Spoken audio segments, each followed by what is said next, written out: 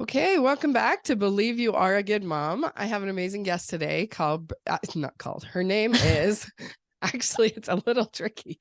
So Bryana has an amazing last name. Say it for us, Bryana. Kappadakunnel. Kappadakunnel. Kappadakunnel. It's like, if you can say that, you can say anything. So welcome. She is the Conscious Mommy on Instagram. And we are going to talk about all things conscious parenting today with Bryana. So will you introduce yourself? Sure. I'm so glad to be here, Emily. Thank you for having me.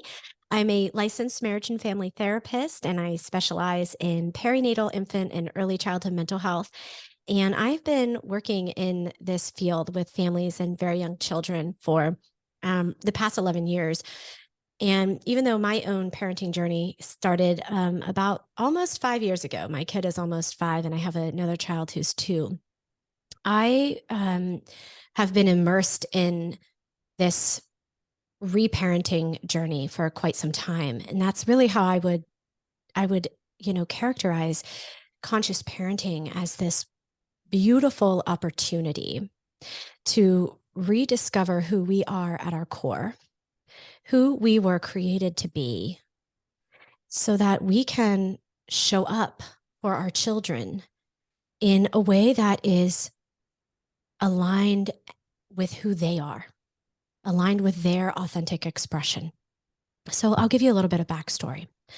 I was raised in a chaotic, abusive, disorganized home, and it looked that way from the inside, but from the outside looking in, it was perfect, right? There was no problems going on inside the home, kind of a typical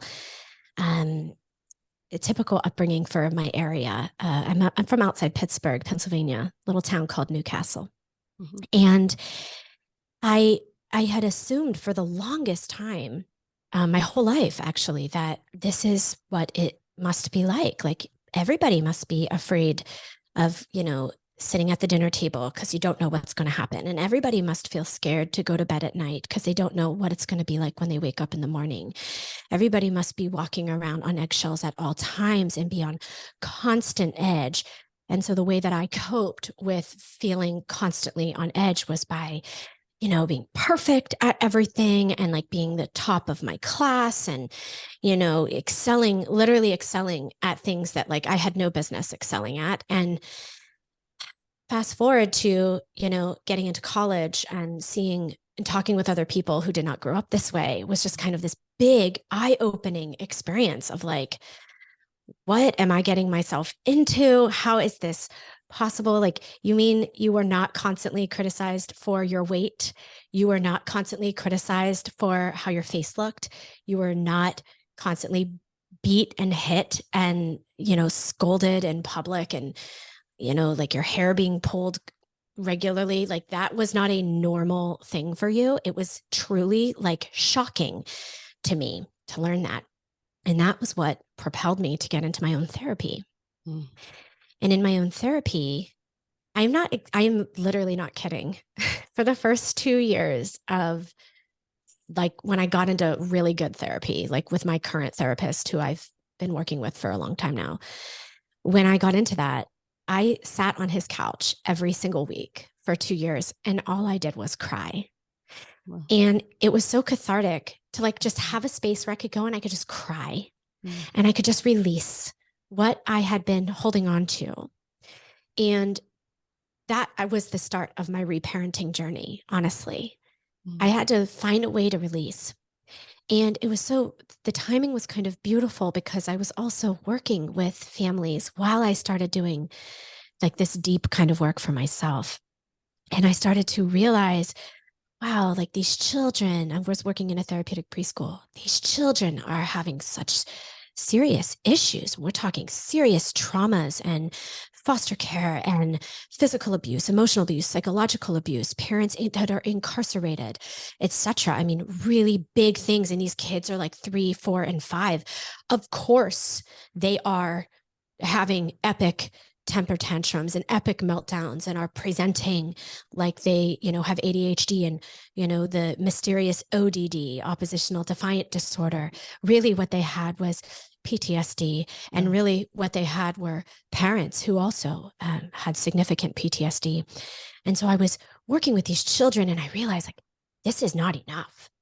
Like I can't just work with these kids and give them all my love and all my support and be mindful of myself and not be projecting my own trauma onto these children. That's just simply not enough. I need to talk to these parents and I need to understand what is going on with these parents, because at the end of the day, they're going home with their parents. And what they really need is safety in the child-parent relationship. Yeah. And that was just kind of, I'm giving you like my whole, like how I've moved into this whole, what I currently do. And it brought me into reflective spaces of recognizing that feeling where I didn't feel safe growing up, and how safety is just a core human need. We need to feel safe, not just on a physical level, but on an emotional level, on a relational level. We want to know that when things are hard, I have somebody that I can lean on, who's going to be there to support me, who's not going to dismiss me, deny me, reject me, abandon me, hurt me, or harm me, but someone who can receive my hurt and my pain. We also don't need someone who's going to try to fix it and change it, right? And have all the solutions for my hurt and pain. But again, somebody who is going to be in it with me and help me how to cope with it. And that was really the light bulb. And this is what attracted me to conscious parenting, because I feel like that is a core message of conscious parenting. We understand ourselves so deeply, and we allow that to be a process that is in constant evolution, right? Who I am today, I'm working on understanding, and tomorrow I will be an even more evolved version of who I am. And so it requires more self-reflection and just willingness to wonder, like, gosh, what is this about for me? My kid is resisting me, right? This is a common question I get. Oh, my kid resists me. I tell them that it's time to clean up and they say, no, I'm not going to do that. And it takes everything I have within me not to yell at them or not to threaten them or not to punish them or not to try to bribe them. It takes everything within me to not do that. So the question that I always invite us to ask is, what does this bring up for me? Yeah. Why is it so triggering for me? Why is it so hard for me that my kid is resisting me? That's the beauty of conscious parenting. It teaches us to ask those questions. And then from there, right, maybe the answer to that question is, well, I was never allowed to say no to an adult. I was, like in my case, if I said no to an adult, I was hit upside the head for it. I was chased around the house with spoons. We had group punishments. If one child messed up, all four of us got punished for it. You know what I mean? I grew up in the type of home where if you got soap in the mouth, you had to swallow it, right? That was how I grew up. There was no mercy. And so I can see why if we grew up in really difficult environments, it doesn't even have to be as difficult as I just described. It could be more difficult. It could be less difficult. We all have our own individual stories. Regardless, though, if you grew up in an environment where that was considered a really bad thing, then sure, you may feel very reactive and want to try to control, because really what you're doing is you're resisting what you never learned to release, which is fear, which is anger, which is frustration for feeling controlled, which is maybe not ever being taught the skill of how to set a boundary and seeing somebody accept a boundary that you might have, or a skill in promoting problem solving and collaboration. I mean, the possibilities are endless. And so what I teach parents now, and it has evolved through my own personal work, my own reparenting journey, as well as counseling hundreds, maybe even more than 1,000 families at this point, going on these similar journeys, is this, this goal, this mission to, how do I get out of my child's way? How do I heal what I have not had the opportunity to heal within myself? How do I heal that so that I don't necessarily pass my baggage on to my kid, right? Our kids are going to end up, they're going to go to the airport of life and they're going to have some baggage. I always remind parents that, like, your kids are going to have something. They're not going to board the plane without even a carry-on. They're going to have something. Okay. But here's my hope. that when they put it on the conveyor belt, my hope is that it's not too heavy. And, if it is too heavy, my hope is that when they open it up and they look at it, they're like, what's mom's stuff doing in here? What's dad's stuff? Is this grandma's? What the heck? Why? Where's my stuff? I want our kids to go to the airport of life and have their own stuff to work on, because I really believe, again, in the evolution of the human soul and the human consciousness. And so we have to have hardships and challenges and struggles. It's necessary for us to really grow into our deepest selves. But as parents, we have this beautiful gift to step away and really learn to appreciate, this is who my child is. This is how they're showing up in the world. Where do I need to help support and guide and steer them? And where do I actually need to pull back and bite my tongue and let life be a great teacher for them? And I think that's what conscious parenting really supports us in doing. And it's so beautiful. I love it so much. Yeah. Yeah. It's so fun. So I like to think of conscious parenting as just what it says it is, that we're getting conscious about the parents that we are. Right? Instead of reactive parenting, instead of generational parenting, just doing what's kind of recorded in our brain because that's what we live through. So it's just our default, but stopping the default and getting conscious of our own thoughts and what's driving us, and getting conscious of what's going on for our kid instead of just reactive all day long. There you go. Yeah. It's awareness. Beautiful. Let's talk about something. I saw a really fun post from you on Instagram where you were talking about how we perceive our child impacts the way that we respond to them. So as we're getting conscious of our own thoughts and getting curious about what's going on for them, instead of just assuming that we know, like, I feel like you gave me an example in what you just said just now, but I lost it. Anyway, if our kid is behaving any certain way, our interpretation of that is going to impact the way that we handle it. And if we can take that pause and get curious about what's going on for them, and then it's not this big dramatic meaning that we're making it mean. Do you want to speak to that a little bit? Well, absolutely. I mean, just that perception shift. So I'm thinking about a client who was just describing to me the other day that her child does this push and pull. So he'll, say, Mommy, I don't want a hug. And she goes, okay, well, I'm here to give you a hug, but I'm going to go. I do want to give you a hug. No, I don't want to give you a hug, he says. And then right as she's walking out the door, he runs to her and he says, I want a hug. I want a hug. And she goes, well, in her mind, she was kind of perceiving it as, it's like, he's doing this push and pull. Is he trying to test me? Like, what is this about? When we shift the perspective and how we perceive this child, and we consider the experiences that's going on in this child's life, there are significant stressors that are causing this child anxiety. And this push and pull, this back and forth, is his way of expressing his anxiety around, how much can I trust this? Are you going to be available for me when I need you to be available for me? This child isn't testing her. He's asking, can I trust? And he's feeling anxious about trust. And so when we as parents see that, oh, my kid is feeling anxious and is feeling unsure if they can trust me, it is automatically going to change how I respond to this child. If I think my child's just trying to test me to get under my skin, I'm probably going to be a little more annoyed. I'm probably going to be a little bit sharper with my kid. Well, fine. You aren't going to get a hug then. Goodbye. Sorry, you didn't get it when I told you that you could have it. See you later. And we're going to go and we're going to miss it.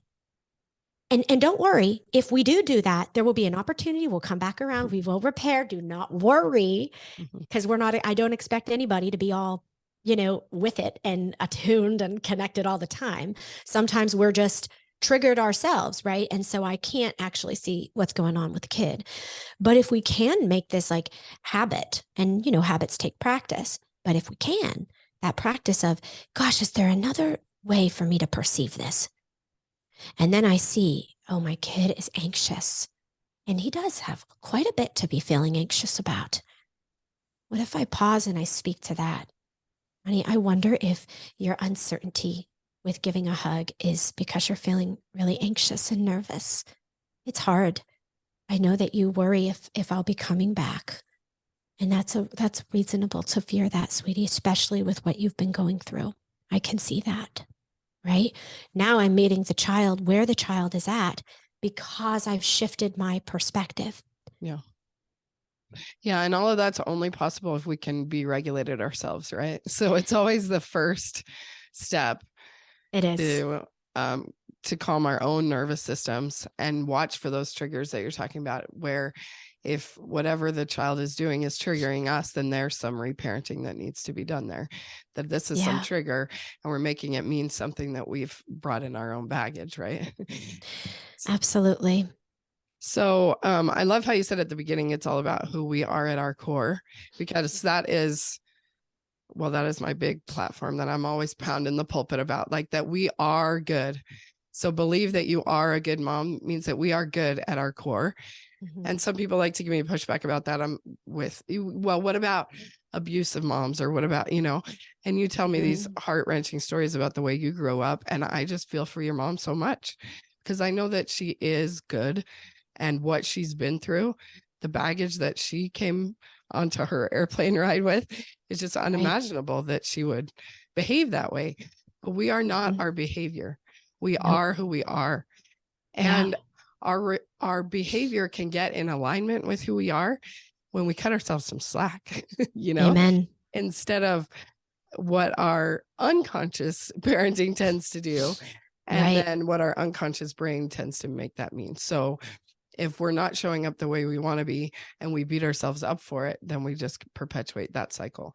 But I'm all about breaking that cycle, believing that you are a good mom, to create the alignment with who we actually are, and our children, as you talked about, that they already are.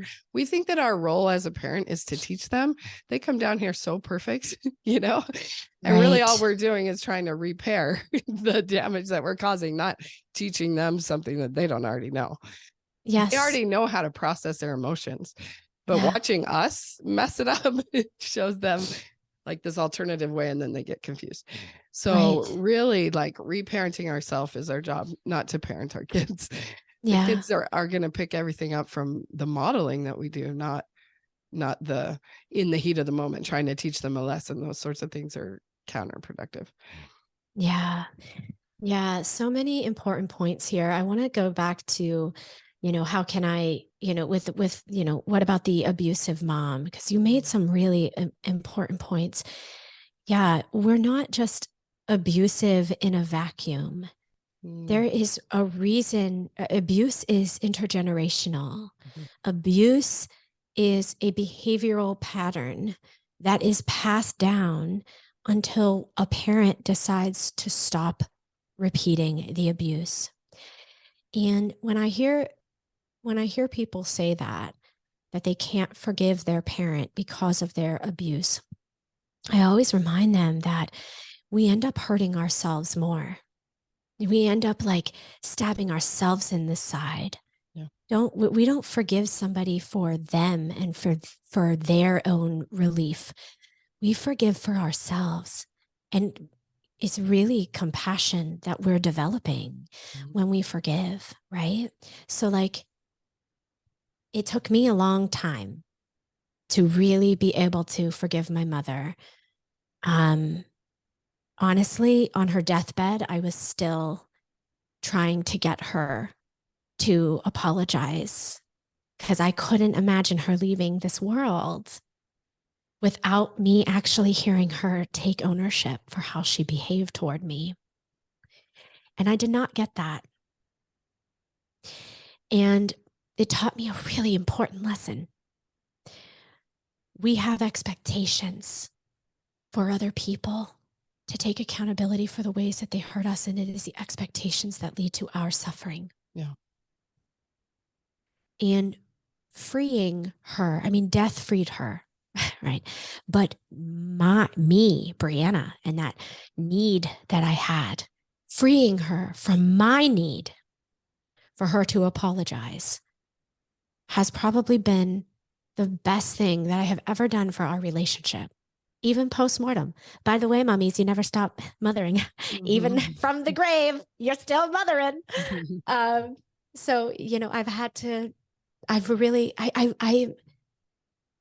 do, of course, I am still gut wrenched. It's been 7 years, almost 8 years that my mother has passed. And it is still, and every day I cannot believe that my mom is not here. Mm-hmm. And as the paradox of life goes, what I have learned from processing my loss and how complicated the loss is, because I have a physical loss, right? But then also the loss of that mother figure and that experience of being mothered, which I've pretty much been grieving my whole life. Mm-hmm. I feel like being able to have that experience to really process that has made me who I am, has taught me deep compassion for myself, for others, for my children, for everybody who I encounter.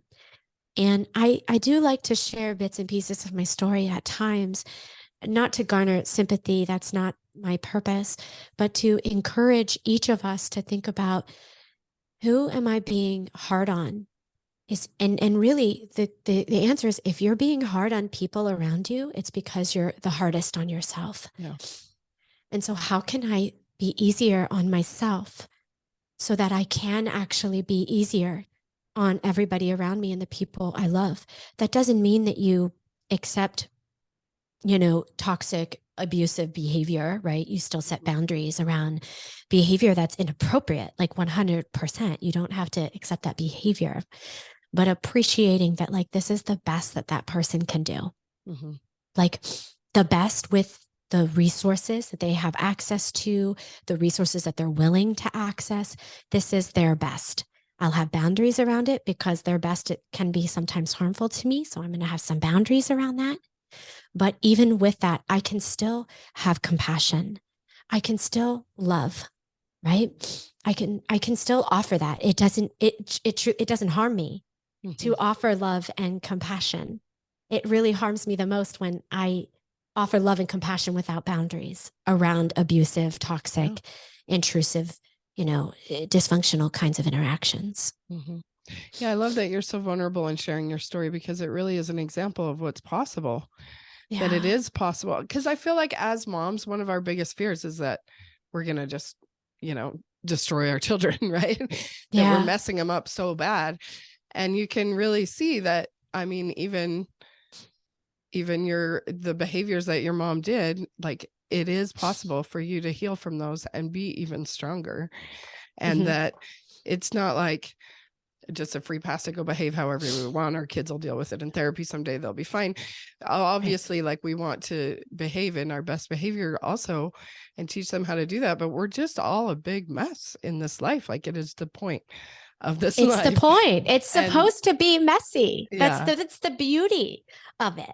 Yeah. How boring if it was not messy, if we were all right? Stepford wives walking around like robots, it would be terrible. And so we can give ourselves some slack there. And the irony of it is that when we loosen up on ourselves, release ourselves of all the ridiculous expectations we hold of ourselves, and give ourselves slack for being human, that's when our best behavior actually comes out.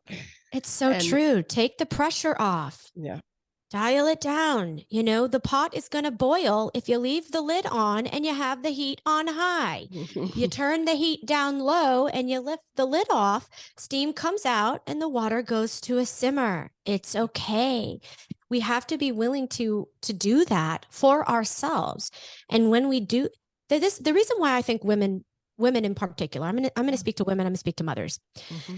The reason why I think we don't do that is because on a social level, like when we're thinking about the way society has raised women to be, we have historically not been given permission to be light and easier on ourselves. It is the opposite. We have historically been taught to minimize, to an extreme degree, whatever it is that we might be needing, and not only meet the needs of every single human being that is around us. Like, seriously, even like the grocery clerk, right? Like, I'm very concerned about what's going on with the grocery clerk and their needs, right? So like, not just meeting the needs, but also anticipating the needs and caring and providing for the needs before the person having the need even can express that they have a need. Like, I've already got it. I've already got you covered. Yeah. That is how women have been, we have historically been raised with that kind of legacy. And so I think today's modern mother being willing to have more nuanced conversations, this is so enlightening and so important. I could only imagine how my mother may have been had she been mothering. She's mothering in the 80s, right? Yeah. How she had been mothering had she been exposed to conversations around intergenerational trauma. Yeah. Exactly. Around trauma in general, mental health, around cycles and breaking cycles. And you know what? I'm going to tell you, and I tell this to everybody too, look for the ways that your line, your familial line actually did break cycles. Yeah. I like to remind millennials and Gen Xers and some of my like older Gen Zers, you're not new to cycle breaking. You were just talking about it. Yeah. Go down the line. You will see. It was just that there's so many cycles to break.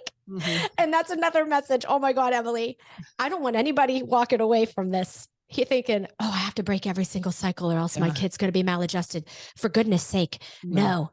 If you break one cycle, it cause new cycles. Yes. Break one cycle. Break the one that really needs broken. For my mother, she broke sexual abuse. For me, I'm breaking physical abuse. Maybe my kids will break perfectionism and, you know, ridiculousness. I don't know. Yeah. Yeah. But we have to be willing and appreciate that the generations before us have been putting in the time. It's just they had a lot of things to also work through too, you know? Well, and now it's so awesome with the brain science and emotional management and things. We just have so many more tools than they ever had. They had no idea how to deal with. It's so crazy. There's been human beings on this earth for, millennia, and they didn't even understand how their brains worked, They were just at the effect of their default brain. And now we know that we can control our primal brain with our prefrontal cortex, and we can get different results. And they just didn't know that. They were just in survival mode for so long. And now we've, like you said, the evolution of mankind. It's just exciting and it's fun. And it doesn't have to be so heavy, it's fun and exciting. And what we know about the brain is like the tip of the iceberg. Yeah, exactly. There's so much more about the brain. We don't even use the vast majority of our brain for its full potential. We as a species, we haven't unlocked that yet. It's going to take probably several more thousands of years if we, are able to even stay on this planet for that long, but that is another conversation. But that is, I think, the whole point of it all, that every species on this planet is designed to evolve. Why do we think we are any different? We are also designed to evolve. And so I love the research out of Peter Fonagy and his whole team on reflective functioning. So one of the things that he teaches, reflective functioning is like a fancy term, and I'll explain what that means. So that is the ability to understand your own past and how it impacts the way you show up in the present moment. Nice. So he calls it mindsight. So I have or mentalizing. It's Dan Siegel, who calls it mindsight. Peter Fonagy calls it mentalizing. They're the freaking same thing. Yeah. So it's the ability to hold your own mind in mind when you are having an interaction. It's almost like, gosh, I'm aware that I'm feeling kind of nervous while I'm having this conversation. Gosh, I wonder what that is about for me. Something that she's saying or doing, right? Like you might be aware on that kind of level. And what's so beautiful about this reflective functioning in parents is, as you practice being able to do that for yourself, then you start to hold in mind the child's mind. Yeah. My child is refusing to eat. I wonder what this is about. Is it because they're not hungry? That would be a pretty, reasonable explanation. Could they be feeling nervous? Could they be feeling upset about something that happened earlier and they're using this protest of not eating as a way to express that to me? So that's the mentalizing. That's the trying to get into the child's mind. And again, it goes back to what I was saying earlier, allowing ourselves to perceive our children in multiple ways so that we can have a deeper connection to the child. And when we do this, the more we do this, the research shows that the child ends up developing a healthy, secure attachment. And it is the primary factor that helps ensure a child's healthy, secure attachment. And I think this is so freaking bomb, okay? Yeah. Because how many of us were told, you need to hold your baby nonstop. You know, never let your baby cry. You need to breastfeed your baby. You need to home birth your baby. You need to baby wear your baby. You need to, never let your baby be out of your sight. You need to be entertaining your baby, engaging your baby. They can never feel anything, right? What is this pressure? This is the most ridiculous thing I have ever heard. And it's not based in the science. The science of the subject currently states when you can be aware of yourself, what happened in your past and how it affects the way you show up. And then you're very curious about what's going on inside my child's mind. Boom, there it is. That is what allows a child to have a healthy, secure attachment. None of this other stuff that's freaking exhausting. And, maybe you're not up for it. Maybe you need a break, right? Yeah. Of course. Yeah. Yeah. That's so good. So your own emotional state is helping the connection more than any of these ridiculous lists of actions, right? That we put the pressure on ourselves that we have to perform in some certain way in order to make sure that they have that healthy attachment, which ironically is doing the opposite. And don't get me wrong, I love all those things that I named. I birthed my babies. I birthed my babies at home. I breastfed my babies. I didn't do the bed sharing. That didn't work for us. But I definitely did that kind of stuff. But I did it because I wanted to, not because I felt like I had to. Exactly. For my kids to have a secure attachment to me. These are lovely bonding, connecting behaviors. But I fear that it also sends the message that if you don't do this, then you're not going to bond with your baby. Your baby's not going to have a healthy attachment to you. And I'm just like, show me the science. Yeah. There really is no proof that says that. It's just, it really just becomes more pressure in just someone's opinion. And fine, have your opinion, but don't profess your opinion as word. Right. It's not Bible or anything like that. It's just an idea. And it doesn't suit a lot of women. And I'll tell you, I see so many women with high anxiety because they are fed that narrative and they believe that this is what it means to be a good mom. Yes. And the anxiety is doing the opposite. You're trying to build a healthy connection with your child, but you're so anxious about trying to prove that you're a good mom. That's why my whole message is that when we believe that we are good, then you can drop all the expectations. You can do whatever you want. You can do what works for you and your family instead of what you're reading from the experts. And listen, a good mom loses it sometimes. A good mom yells. A good mom behaves in ways she wished she wouldn't. A good mom hugs her babies when they fall down and they need a kiss. A good mom cooks. A good mom doesn't cook. A good mom cleans. A good mom doesn't clean.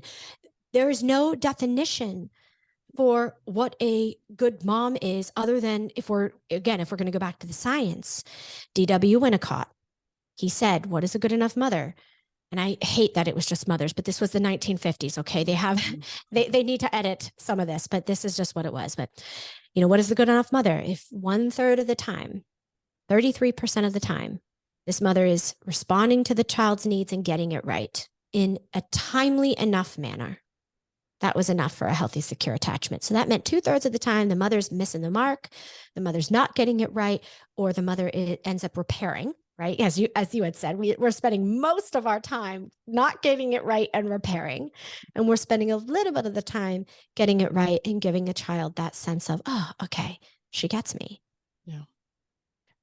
It's a very low bar. Like good parenting literally has a very low bar. So sometimes even like when I always remind people that like when we're conscious parenting, like we have to be aware of that like every expectation that you have for yourself as a parent has to do with you and society's projections onto you. Exactly. But in reality, you are, if you're even listening to this podcast, you're already doing enough. Like you're Exactly. already good. Yeah. And embodying that, I think, changes us. Yeah. To our core. It changes Exactly. us. And that is the thing, is at our core, we are good. And when we believe that, then we can tap into who we really are. And when we believe that, like really believe that we are good, then we will do good stuff. We don't have to be, looking for outside validation, adding to our list of expectations in order to check off all the checklists and say that we're good. I really, really, really want to change the mentality of our behavior does not define who we are. We just are who we are. We are good. The end. And then you can work on whatever behaviors you want to work on. And when we believe that about our children too, it goes back to what we were talking about our kids. If you just believe that they were good when they're pitching a fit, it's like, oh, okay, something must be going on for them. Not, oh, they're such a brat. Right. We don't need to label ourselves or our kids as anything but good. We are good and we're having a hard time. Exactly. And that's our behavior. Our behavior is simply a reflection of that moment in time. Mm-hmm. That exact moment and how I'm behaving is speaking about what is coming up for me. Yeah. Not who I am. You say at our core, we are good. And I say at our core, we are love. Yeah. That is what we are. Mm-hmm. And for me, that really resonates. I came here to love. And so how do I express that as much as I can? I can't expect that others will receive that, which I'm still working on. I'm still working on people not receiving my love, but I will always give it because it is who we are. We are designed for that.